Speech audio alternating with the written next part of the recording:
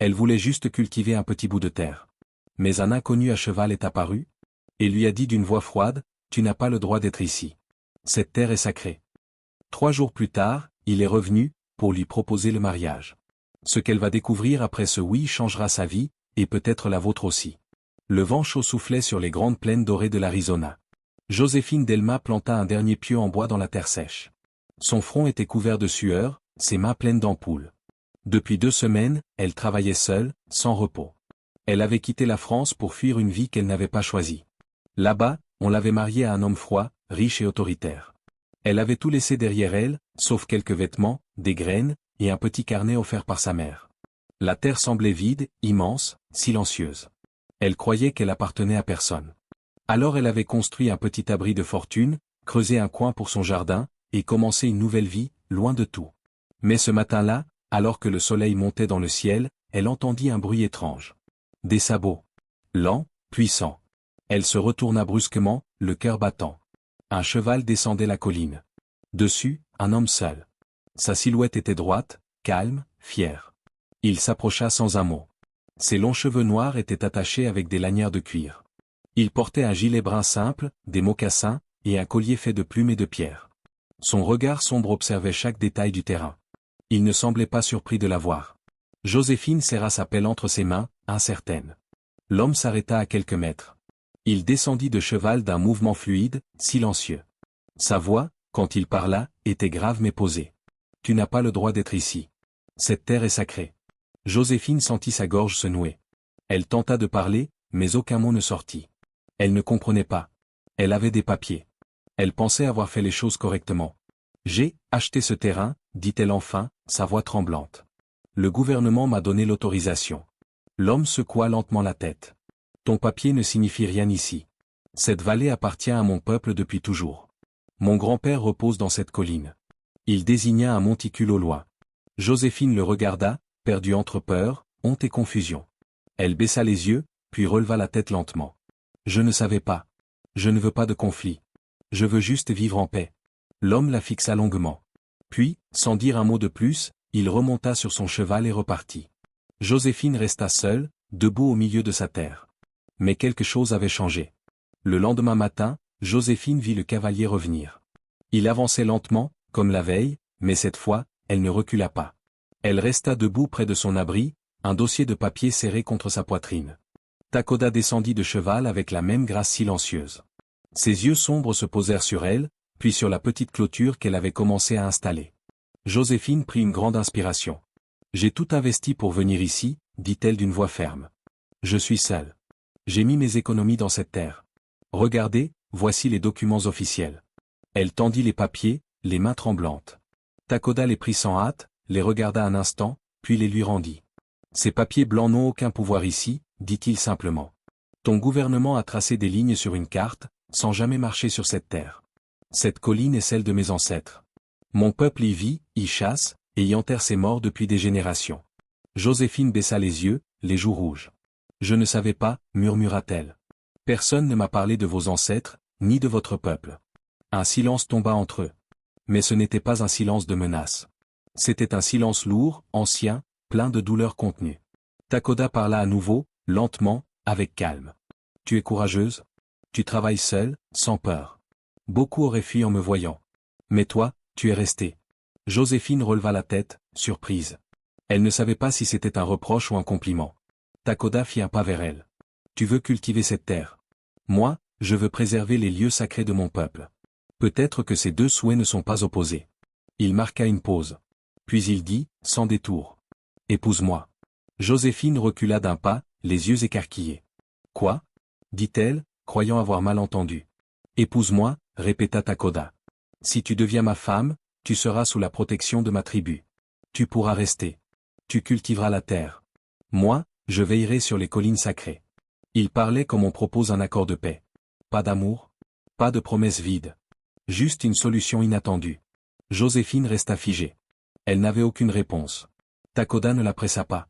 Il recula, remonta sur son cheval, puis ajouta. « Je reviendrai dans 4 jours, quand le soleil sera au plus haut. Tu auras ta réponse. » Puis il partit à travers la plaine. Joséphine resta là, seule, les papiers toujours dans les mains.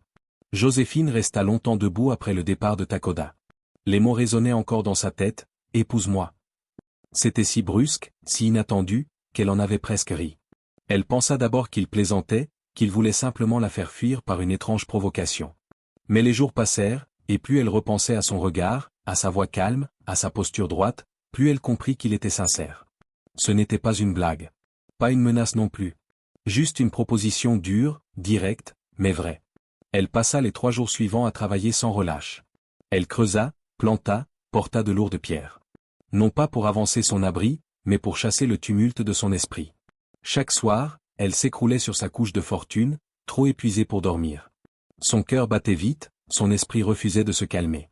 Un mariage sans amour, avec un inconnu, un Apache, sur une terre qui n'est pas vraiment la mienne.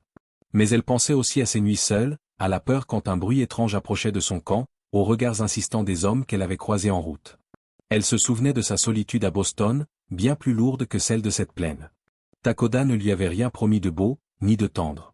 Mais il lui avait parlé de protection, d'alliance, de respect mutuel. Il voulait préserver les lieux sacrés. Elle voulait vivre en paix. Était-ce si fou de croire qu'un accord pouvait naître entre eux? Le matin du 4e jour, elle se leva tôt. Elle nettoya son visage, brossa ses cheveux, et mit la seule robe propre qui lui restait, une robe simple, bleue, qu'elle avait portée autrefois pour aller à l'église. À midi, Takoda arriva à cheval. Il descendit doucement et s'arrêta devant elle, sans un mot. Joséphine leva les yeux vers lui. Son cœur battait si fort qu'elle en avait mal à la poitrine. « J'ai réfléchi, dit-elle enfin. J'ai des conditions. » Takoda l'observa attentivement.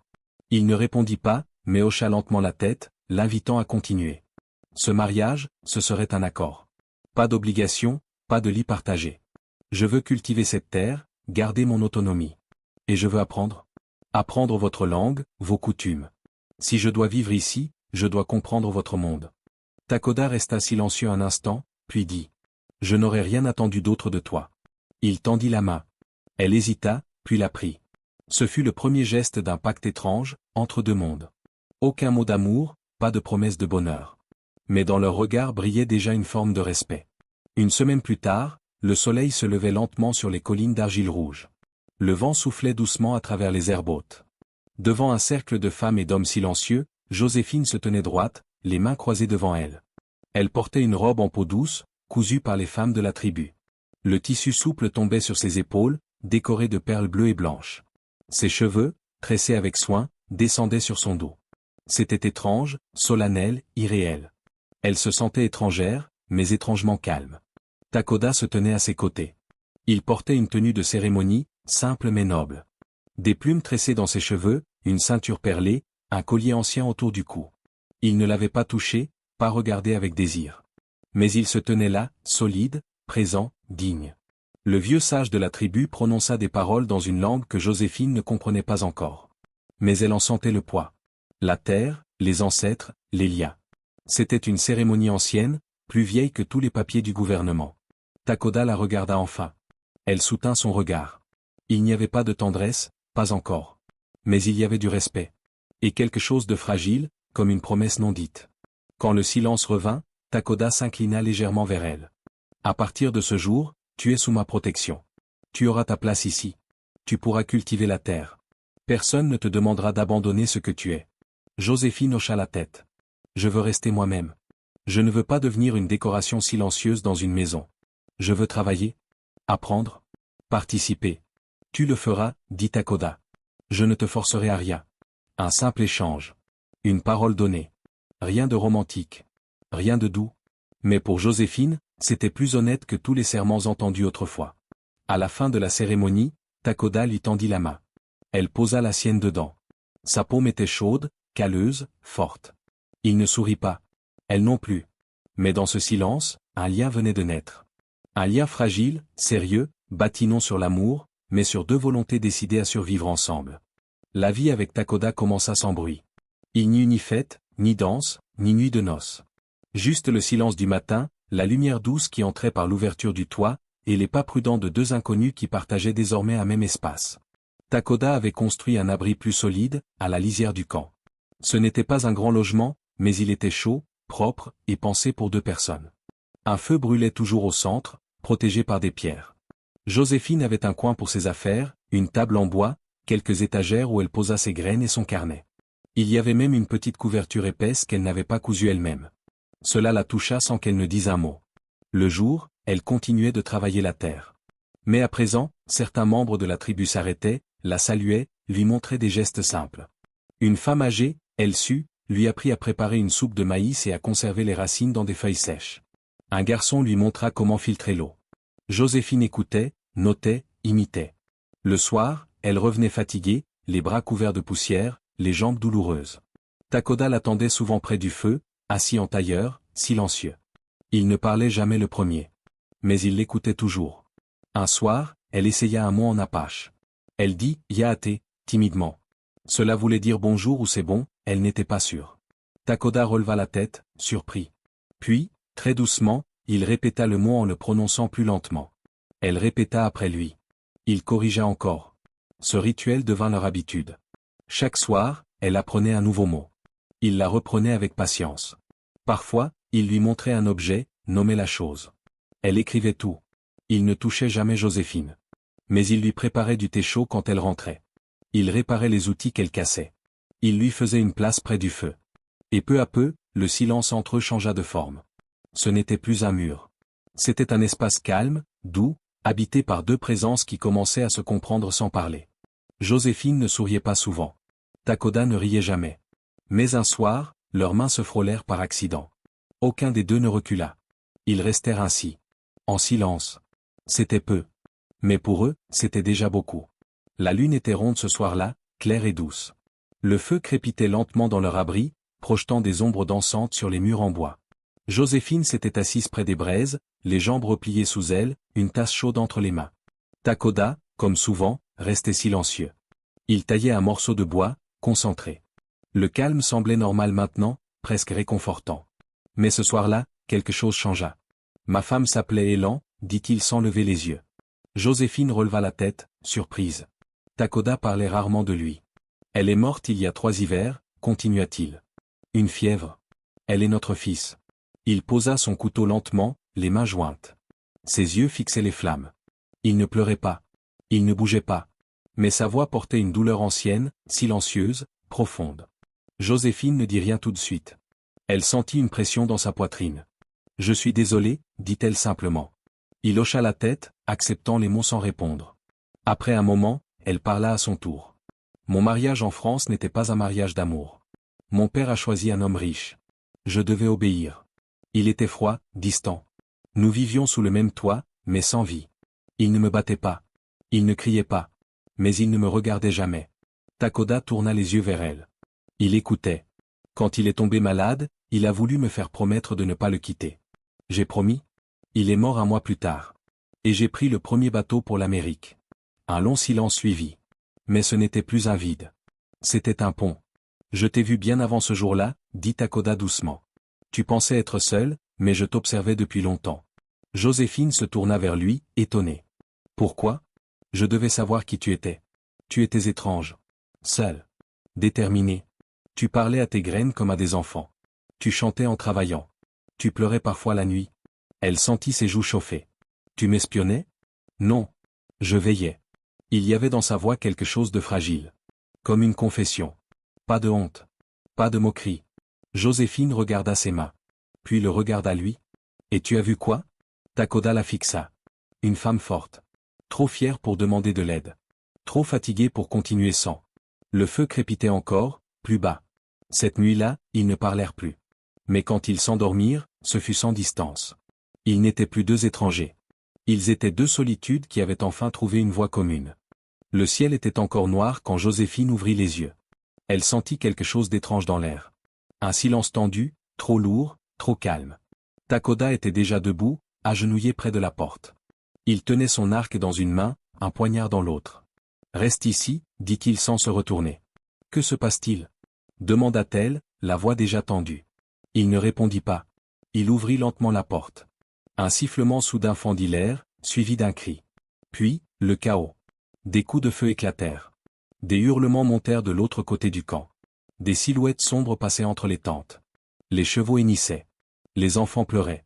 Les femmes criaient des noms. « Ce sont des pillards » lança Takoda. « Des étrangers. » Ils veulent voler les chevaux, peut-être plus. Il attrapa son fusil. Joséphine courut vers le mur, décrocha le sien. Takoda la regarda, surpris. Non, tu restes ici. Je ne resterai pas caché, répondit-elle, les yeux brillants. C'est ma maison aussi. Il voulut protester, mais elle était déjà dehors. Ils coururent ensemble, se baissant derrière une charrette renversée. 3 jeunes filles étaient accroupies près d'un feu éteint, les yeux écarquillés. Takoda les fit fuir vers un abri. Joséphine visa et tira sur une ombre qui s'approchait trop près. L'homme s'écroula. Elle trembla, mais rechargea aussitôt. Ils bougèrent de tente en tente. Takoda protégeait les anciens. Joséphine guidait les enfants vers les cachettes. Une femme blessée pleurait près d'un arbre. Joséphine l'aida à ramper jusqu'à un rocher. Les ennemis repartirent aussi vite qu'ils étaient venus, laissant derrière eux de la poussière, du sang, et un camp en désordre. Le soleil commençait à se lever. La lumière révélait les dégâts. 2 chevaux manquaient. Un jeune homme était blessé au bras. Mais aucun mort.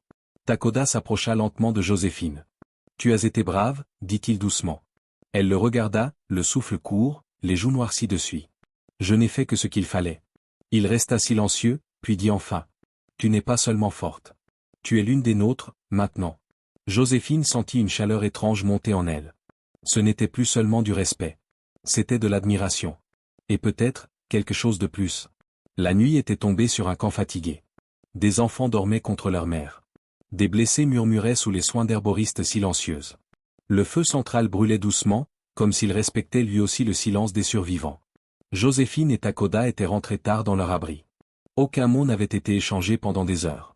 Elle nettoyait son fusil avec des gestes lents. Lui rangeait ses flèches, une à une. Il n'y avait pas de musique, pas de voix, seulement le crépitement doux du feu et le bruit léger des gestes habituels.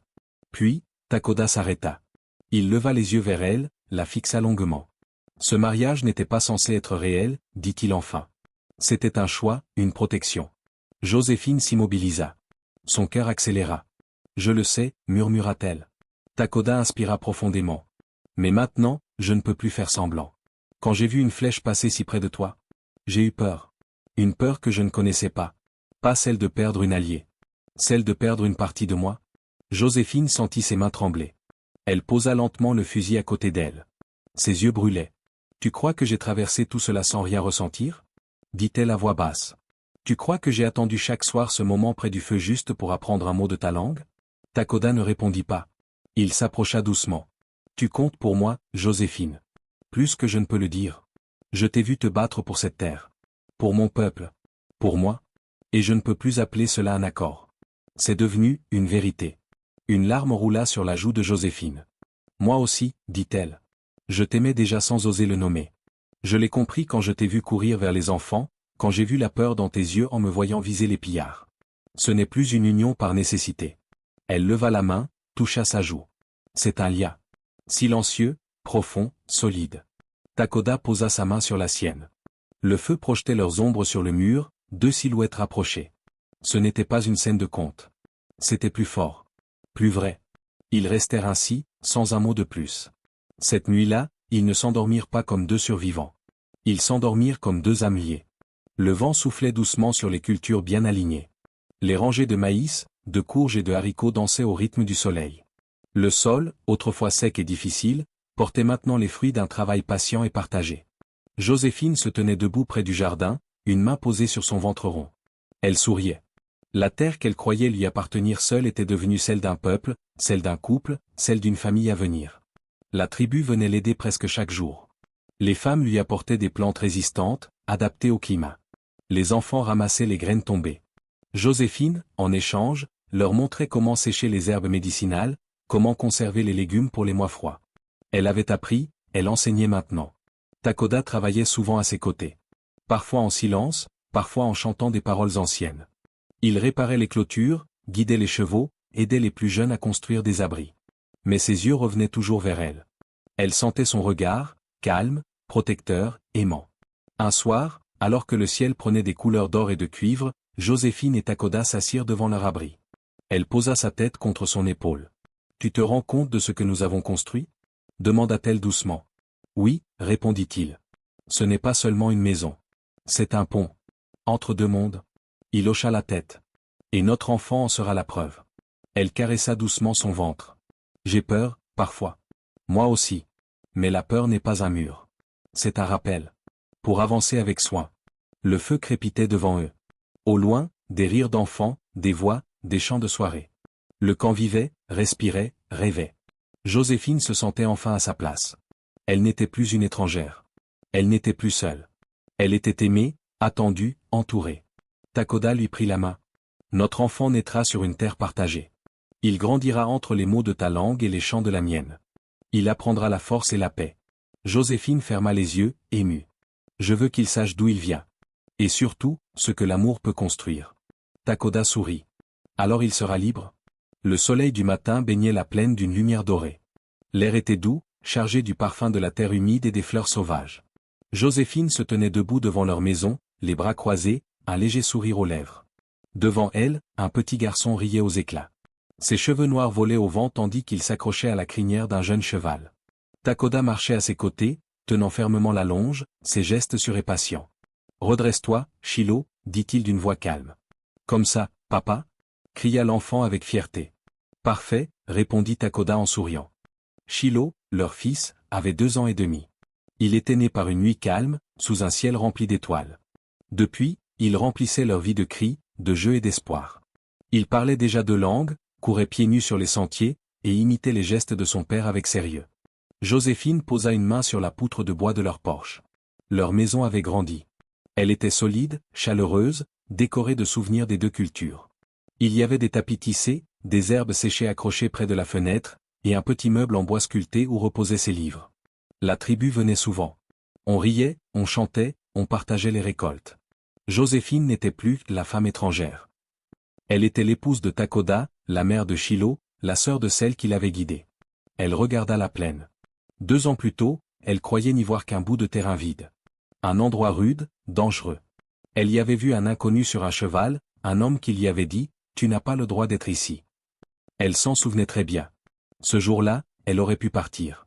Elle aurait pu fuir. Mais elle était restée. Et maintenant, cet endroit n'était plus une frontière. C'était un foyer. Takoda leva les yeux vers elle. Leurs regards se croisèrent. Il lui fit un signe de tête. Elle lui répondit par un sourire doux. Oui, elle était restée. Et dans cette décision simple, elle avait trouvé bien plus que la terre. Elle avait trouvé la paix. Elle avait trouvé une famille. Elle avait trouvé l'amour. Si cette histoire vous a touché, laissez un petit mot en commentaire. Votre avis compte énormément. Et si vous aimez ce genre de récit sincère, abonnez-vous à la chaîne pour ne rien manquer. Merci de faire partie de cette belle aventure.